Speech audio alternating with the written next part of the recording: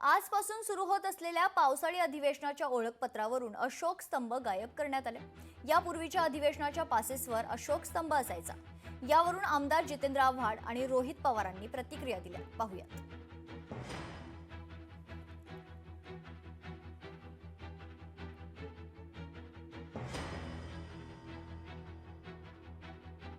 देशामध्ये नाहीतर राज्यामध्ये कुठेही सरकारी एखादं डॉक्युमेंट असेल तर तिथं अशोक स्तंभ असणं फार महत्वाचं आहे। पण आता हा स्तंभ या पासवरनं काढला आहे। आता हळूहळू हा स्तंभ सगळीकडनं काढला जाईल। जशा पद्धतीने आज आपण जर बघितलं तर संविधानाची गळचेपी या भाजपच्या सरकारच्या काळामध्ये होत आहे। हळूहळू हे काय काय काढतील हे आपल्याला सांगता येणार नाही। मीडिया इथं थांबू शकते। उद्याच्या काळामध्ये कदाचित मीडियाला सुद्धा बाहेर काढलं जाईल। अध्यक्ष आणि सभापती या दोघांनी या बाबतीत स्पष्टीकरण देण्याची जरूरत आहे।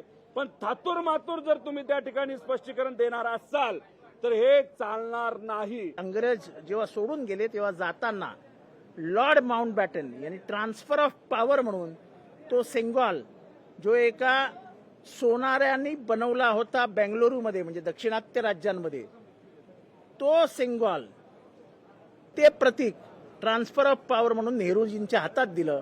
पण नेहरूजींनी ते स्वतःच्या केबिनमध्ये नाही नेलं, त्यांनी केबिनमध्ये अशोक स्तंभच ठेवला। आज तो अशोक स्तंभ हलवण्याचं काम या दृष्ट सरकारने केलंय।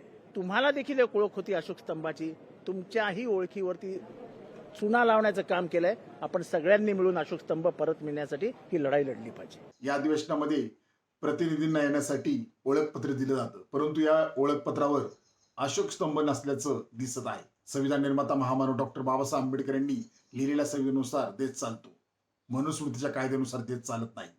त्यामुळे ओळखपत्रावर अशोक स्तंभ नसल्याने हा संविधानाचा अपमान होत आहे। त्यामुळे माननीय मुख्यमंत्री साहेब, आम्ही आपणास विनंती करत आहे की ज्यांनी कोणी अशोक स्तंभ या ओळखपत्रावर छापण्यास दिरंगाई केली आहे यांच्यावर तर कारवाई झालीच पाहिजे। आणि पुढे जाऊन आम्ही आपणास मागणी करत आहे की पुढील जे ओळखपत्र देण्यात येणार आहे या ओळखपत्रावर आपल्या भारत देशाचे प्रतीक अशोक स्तंभ असलेच पाहिजे। लोकशाही मराठी ऐका, पहा, जागरूक रहा।